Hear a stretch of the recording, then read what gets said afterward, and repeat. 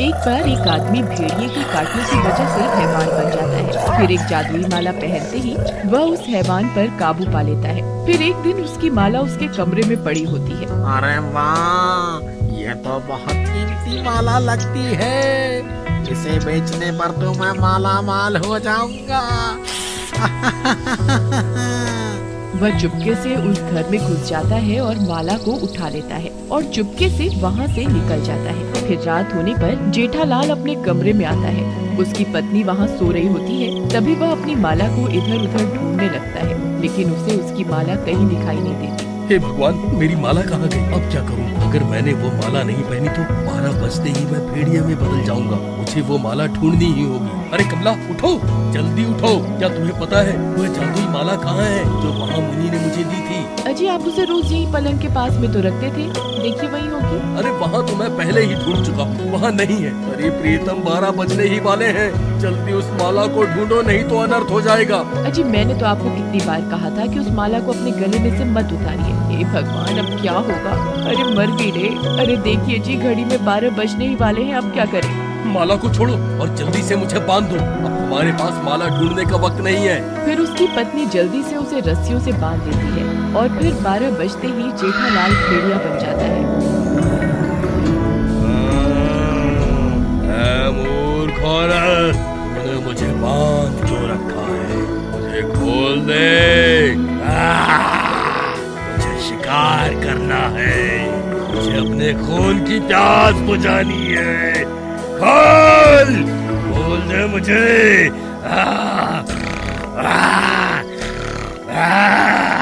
हे भगवान, ये सब क्या हो गया?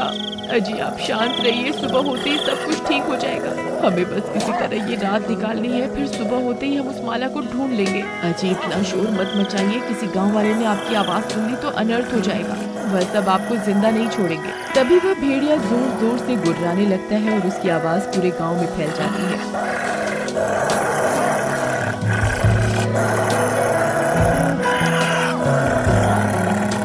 अरे ये कैसी आवाज है?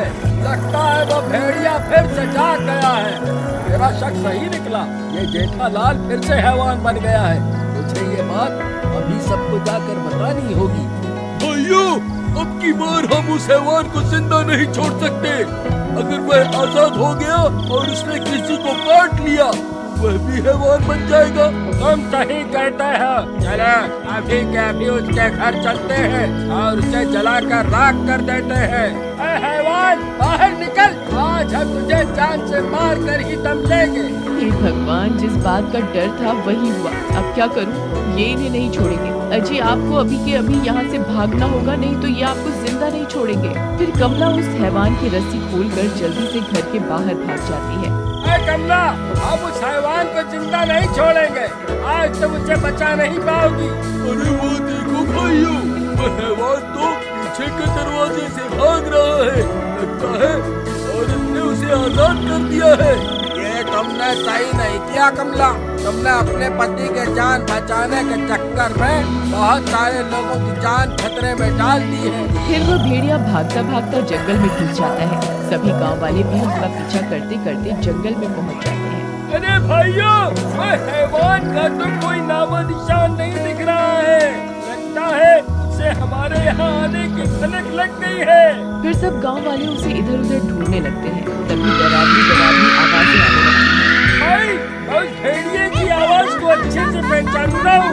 ये आवाज उस भेड़िए की नहीं है भाई। मुझे तो कुछ गड़बड़ लग रही है। अरे मर गया रे, ये मैं कहाँ फंस गया? भगवान, तू जलाल, तू आई बला को डाल तू। भाई, ये आवाज़ें तो किसी चुड़ैल की लगती है। अरे मर गया रे। फिर देखते ही देखते एक चुड़ैल उनके सामने आकर खड़ी हो जाती है। सभी गांव वाले उसे देखकर डर जाते हैं।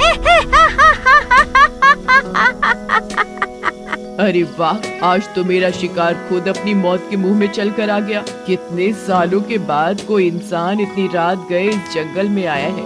आज मैं किसी को नहीं छोड़ूंगी।